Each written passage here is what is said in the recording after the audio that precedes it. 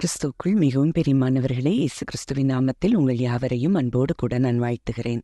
இந்த நாளிலும் தேவன் நம்மோடு கூட இடைப்படுகின்ற ஒரு வார்த்தை, தேவனுடைய ஆவியானவர் என்னை உண்டாக்கினார், சர்வ வல்லவருடைய சுவாசம் எனக்கு உயிர் கொடுத்தது. இந்த வார்த்தை மூலம் தேவன் இன்றைக்கு நம் ஒவ்வொருவரோடும் கூட இடைப்பட விரும்புகிறார்.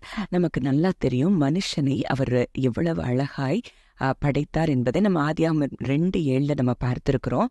தேவனாகிய கர்த்தர் மனுஷனை பூமியின் மண்ணினாலே உருவாக்கி ஜீவ சுவாசத்தை அவன் நாசியிலே ஊதினார், மனுஷன் ஜீவாத்துமாவானான். அப்போ இன்றைக்கு அவர் நம்மை ஒருவரையும் இன்டிமேட்டா நம்மளை பார்த்து பார்த்து உருவாக்கி இருக்கிறார். ஒருவேளை நம்ம வேதத்துல ஆதாம உருவாக்கின ஸ்டோரியை மட்டும்தான் நம்ம பார்த்திருக்கிறோம். ஆனா நம்ம ஒவ்வொருவரையும் அவர் பார்த்து பார்த்து உருவாக்கி இருக்கிறார் அப்படிங்கிறத சங்கீதம் 139:14 நம்ம அதை வாசிக்கும் போது நம்ம அறிந்து கொள்ளலாம். நான் பிரமிக்கத்தக்க அதிசயமாய் உண்டாக்கப்பட்டபடியால் உம்மை துதிப்பேன், உமது கிரியைகள் அதிசயமானவைகள், அது என் ஆத்துமாவுக்கு நன்றாய் தெரியும். எவ்வளவு தூரம் தாவீது தன்னை தேவன் எவ்வளவு அழகாய் உண்டாக்கி இருக்கிறார், எவ்வளவு அழகாய் படைத்திருக்கிறார், நான் எவ்வளவு பிரமிக்கத்தக்க அதிசயமாய் நான் உண்டாக்கப்பட்டிருக்கிறேன், நான் உருவாக்கப்பட்டிருக்கிறேன், சிருஷ்டிகர் என்னை சிருஷ்டித்திருக்கிறார் அப்படிங்கிறத அவர் தன்னை வைத்து அவர் அங்கே சொல்லுகிறதை பார்க்கிறோம். அப்ப இன்றைக்கு எத்தனை பேர் உங்களை நீங்க அப்படி பார்க்கிறீங்க? உங்களை அவர் அழகாய் அவர் படைத்திருக்கிறார், உங்க மேல அவர் கண்ணோக்கமாய் இருக்கிறார், உங்களை பார்த்து பார்த்து அவர் உங்களை உருவாக்கி இருக்கிறாரா? அவருடைய சுவாசத்தை இன்றைக்கு உங்களுக்குள் ஊதினபடியினாலதான் நீங்க எப்படி இருக்கிறீங்க? ஜீவனோட இருக்கிறீங்க. அப்போ இவ்வளவு தூரம் இன்டிமேட்டா தன்னுடைய சாயலின்படி தனது ரூபத்தின் படி படைத்த உங்கள் மேல அவர் எவ்வளவு தூரம் கரிசனையா இருப்பார் அப்படிங்கிறத நீங்க விசுவாசிக்கணும். நம்ம எசேக்கியேல் 37:4-5-6 நம்ம பார்க்கும்போது, அப்பொழுது அவர், நீ இந்த எலும்புகளை குறித்து தீர்க்க தரிசனம் உரைத்து அவைகளை பார்த்து சொல்ல வேண்டியது என்னவென்றால், உலர்ந்த எலும்புகளே, கர்த்தருடைய வார்த்தையை கேளுங்கள். கர்த்தராகிய ஆண்டவர் இந்த எலும்புகளை நோக்கி, இதோ நான் உங்களுக்குள் ஆவியை பிரவேசிக்க பண்ணுவேன், அப்பொழுது உயிர் அடைவீர்கள்.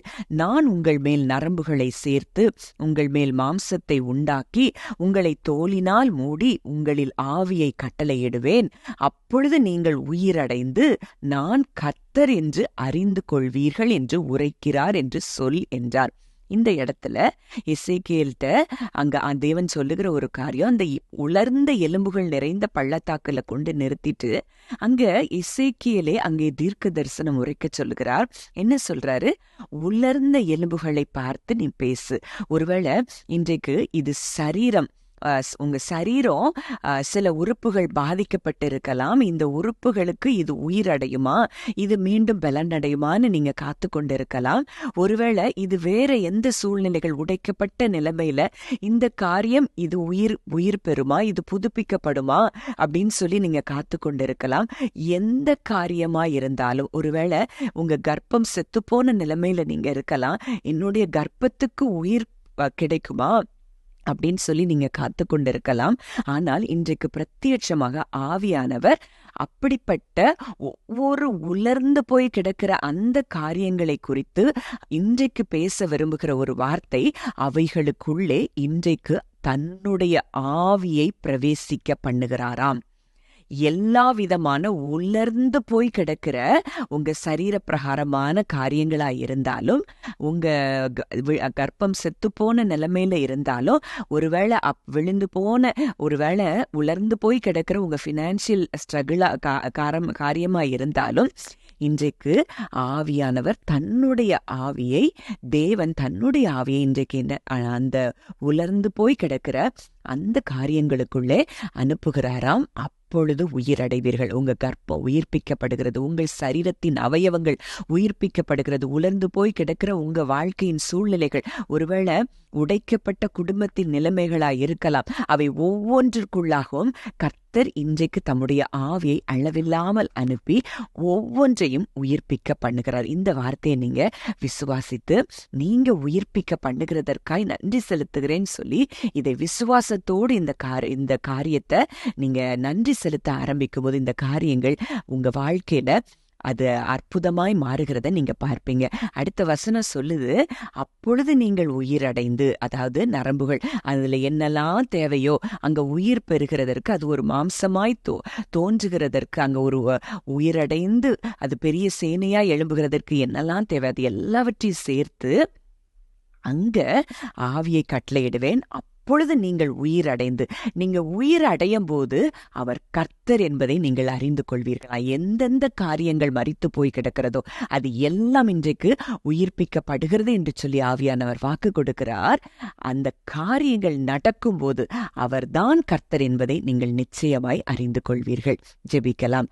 அன்பின் பரலோக தகப்பனே, நன்றியோடு உம்மை துதிக்கிறோம், ஸ்தோத்தரிக்கிறோம். அப்பா, இந்த நாளிலும் நீர் எங்களோடு இடைப்பட்ட உம்முடைய வார்த்தையின்படி தகப்பனே, இந்த நாளில் இதை கேட்கிறவர்களுடைய வாழ்க்கையில எதெல்லாம் உலர்ந்து போய் கிடக்கிறதோ ஆண்டவரே, அந்த காரியங்கள் எல்லாம் இன்றைக்கு அப்பா மறுபடியும் ஆண்டவரே அவைகளை நீர் ஆண்டவரே சிருஷ்டிக்கிறதற்காய், அந்த உலர்ந்து போன அந்த எலும்புகள் ஆண்டவரே மறுபடியும் உயிர் பெற்று ஆண்டவரே அது அவைகள் மாம்சத்தினால் மூடி நரம்புகளை சேர்த்து ஆண்டவரே அவைகளுக்குள்ளே உம்முடைய ஆவியை அனுப்பி அந்த ஒவ்வொரு காரியங்களையும் நீர் பண்ணுகிற கிருபைக்காய் நன்றி செலுத்துகிறோம். அந்த கர்ப்பத்தை உயிர்ப்பிக்க பண்ணுகிறதற்காய் நான் நன்றி செலுத்துகிறோம் தகப்பனே. ஆண்டவரே, சரீரத்துல உலர்ந்து போய் கிடக்கிற ஆண்டவரே மரித்து போய் கிடக்கிற அந்த ஆர்கன்ஸ்ல கர்த்தருடைய ஆவியானவர் இப்பொழுதே நீர் கடந்து சென்று ஆண்டவரே அந்த ஒவ்வொரு உறுப்புகளையும் நீர் உயிர்ப்பிக்கிற கிருபைக்காய் நாங்கள் நன்றி செலுத்துகிறோம் தகப்பனே. ஆண்டவரே, உலர்ந்து போய் கிடக்கிற அந்த பைனான்சியல் ஆண்டவரே காரியங்கள்ல என் கர்த்தருடைய ஆவியானவருடைய வல்லமை கடந்து சென்று அங்கே ஒரு உயிர்ப்பிக்கிற காரியம் நடைபெறுகிற கிருபைக்காய் நன்றி செலுத்துகிறோம். உடைக்கப்பட்ட ஆண்டவரே உலர்ந்து போய் கிடக்கிற வாழ்க்கைக்குள்ளே ஆண்டவரே குடும்ப வாழ்க்கைக்குள்ளே என் கர்த்தருடைய ஆவியானவர் கடந்து சென்று உயிர்ப்பிக்கிற கிருபைக்காய் நன்றி செலுத்துகிறோம். கர்த்தர் பெரிய காரியங்களை இதை கேட்கிற ஒவ்வொருவருடைய வாழ்க்கையிலும் செய்கிறபடி நான் நன்றி செலுத்துகிறேன். இயேசுவின் மூலம் கேட்கிறோம் ஜீவனுள்ள நல்ல பிதாவே, ஆமென்.